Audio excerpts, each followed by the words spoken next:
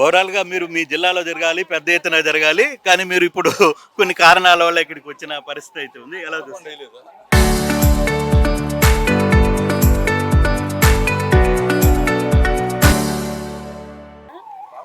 నిజంగా నెల్లూరు జిల్లాకి మహానాడు రావడం, మన Lokesh Babu national working president అయిన తర్వాత ఎంతో అట్టహాసంగా జరపాలని జిల్లా నాయకులు, రాష్ట్ర నాయకులు అందరము కూడా నిర్ణయించుకోవడం జరిగింది.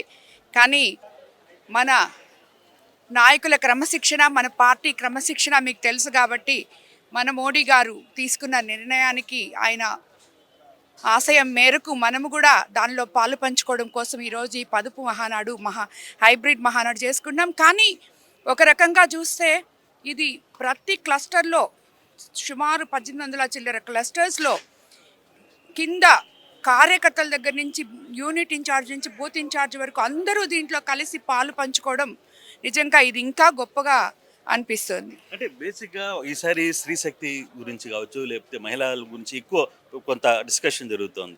ఏ ఏ రంగాల్లో ముందుకు తీసుకెళ్లే ప్రయత్నం చేస్తున్నారు? తీర్మానాలకు సంబంధించి ఎటువంటి ఇష్యూస్ సుమారు 20 తీర్మానాలు దాకా ఉన్నాయి.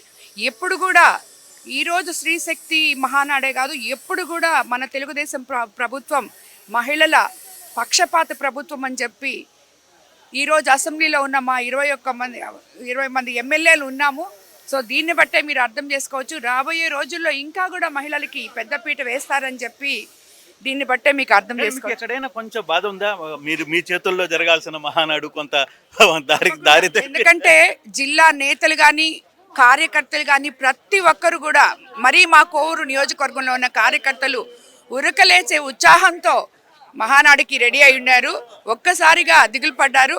బట్ అయినా కూడా ఈరోజు కూడా అన్ని క్లస్టర్లో మాకు 11 క్లస్టర్లు ఉన్నాయి. 11 క్లస్టర్లో అదే ఉత్సాహంతో పనిచేస్తున్నారు.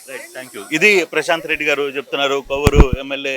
ఎందుకంటే యాక్చువల్గా ఈ మహానాడు పెద్ద ఎత్తున కోవూరులో జరగాల్సిన పరిస్థితి ఉంది. కానీ ఇప్పుడు జరుగుతున్న పరిణామాలు, తర్వాత జరిగిన పరిణామాల నేపథ్యంలో అది మంగళగిరికి చేరుకున్న నేపథ్యం అయితే మనం చూస్తున్నాం.